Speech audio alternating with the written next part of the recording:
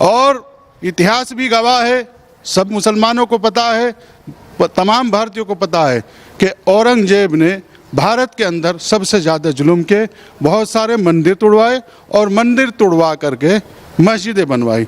वहाँ एक गलती औरंगजेब कर गया कि पूरी उसने जो है मंदिर को पूरा ध्वस्त नहीं किया, पूरा उसको खंडित नहीं किया, दीवारें छूट गई। वहाँ से जो है वो जो शिवलिंग है उसको आज जो ये फव्वारा गैंग जो है, फव्वारा गैंग जैसे फव्वारा गैंग जमीयत उलमा हिंद हुआ, आपका ये असदुद्दीन ओवैसी हुआ और तमाम जितने ये मुस्लिम संगठन हैं, फव्वारा गैंग है, ये उसको फव्वारा बता रहे हैं। फव्वारा उस वक्त कहाँ था? उस वक्त तो आप देखें बिजली थी भी नहीं। मतलब आप मानते हैं वो शिवलिंग है? क्योंकि कोई भी मुस्लिम इस पूरे भारत में इस वक्त बिल्कुल चुप्पी साधे बैठे हैं, इक्का दुक्का कुछ ही हैं जो सामने आकर ये बात कह रहे हैं। ये कह रहे हैं कि वो फव्वारा कतई नहीं हो सकता। आप कैसे मानते हैं? आप भी तमाम मस्जिदों में जाते होंगे, नमाज पढ़ते होंगे, वजू करते होंगे। 350 साल पहले क्या फव्वारा लगा हुआ था क्या? लगभग 400 साल पूर्व के वहाँ पर मामला है ज्ञानवापी मस्जिद का। उस वक्त तो बिजली नाम की चीज़ कहीं थी। अब से 50 साल 40 साल पहले भी हमारे उत्तर प्रदेश में 50% गाँव में लाइट नहीं थी। क्या वो फव्वारा वहाँ कैसे आ गया? पानी कहाँ से आता था? भाई फव्वारा तभी तो चलेगा, हम ऊपर टैंक रखेंगे, बहुत ऊंचाई पर जाकर के टंकी बनाएंगे और वहाँ से प्रेशर बनेगा, तब वो नीचे से पानी निकलेगा। और वो जो निशान है ऊपर, जो निशान दिखाई दे रहे हैं, वहाँ बताया जा रहा है, हमें पता लगा, हमारे बुजुर्गों ने बताया है कि उस शिवलिंग के ऊपर हीरा था कोई बहुत कीमती। जब उस हीरा को तोड़ने की कोशिश की तो वहाँ पे वो 5-6 निशान पड़ गए हैं। तो वो बड़ा ताज़ा दिख रहा, लेकिन वो सीमेंट बहुत ताज़ा दिख रहा। आपको क्या लगता है कि वो बहुत जल्द में, जब ये सर्वे की बात हुई तभी वो बनाया गया, वरना पानी में डूबा हुआ था तो काई उसके ऊपर होनी? सर्वे की चली है तो वहाँ की बात नहीं है, काफ़ी मस्जिदों में छेड़छाड़ चल रही है।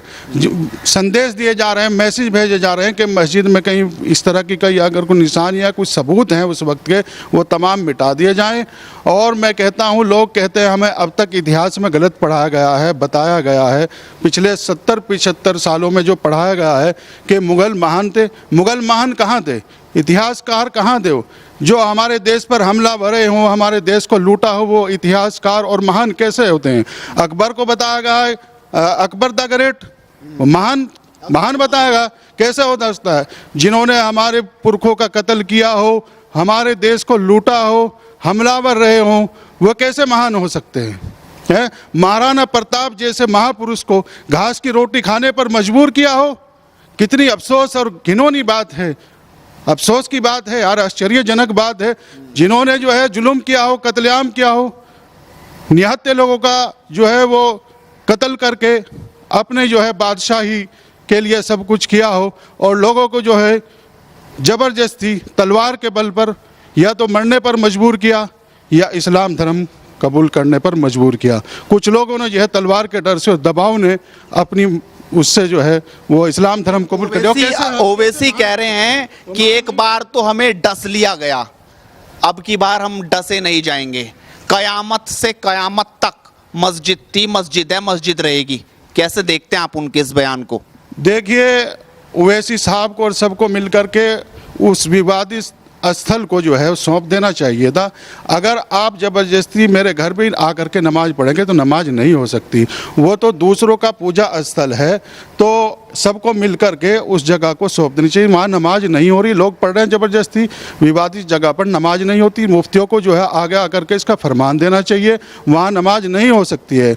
और भाईचारे की बात करते हैं, कहाँ है भाईचारा? अब तो ये हो गया कि मैं भाई हो गया, आप चारा हो गया। जितने सनातन धर्म के मानने वाले चारा है, भाई भाई मैं हो गया। कहाँ है गंगा जमनी तहजीब? कहाँ है? सब ढोंग हैं, ये सब बातें, सेकुलरिज्म की बातें जो होती हैं, सेकुलर कहाँ गया? आप सेकुलर चाहिए तो ये था कोर्ट में विवाद, ये मामला जाना भी नहीं चाहिए था। चुपचाप सोच देते भाई आपकी है, ये हमारे बुजुर्गों ने या पुरखों ने भाई गलती की है, इसे हम सौंप रहे हैं इसको, इस गलती को हम नहीं भुगतेंगे, उस गलती को क्यों कर रहे?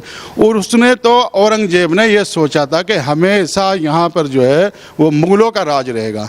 ये नहीं मालूम था कि 400 या 350 साल बाद जो है यहाँ पर सनातन धर्म का भी राज है। आज वक्त आ गया है, हमारे पुरखों की जितनी मंदिरें तोड़कर मस्जिदें बनाई हैं उनको वापस लेने का वक्त आ गया है। और हम सबको आगे आकर के जो है कोर्ट का भी स्वागत करना चाहिए और ये जितने भी तमाम मंदिरें तोड़कर मस्जिदें बनाई गई हैं वो तमाम वापस लेनी चाहिए।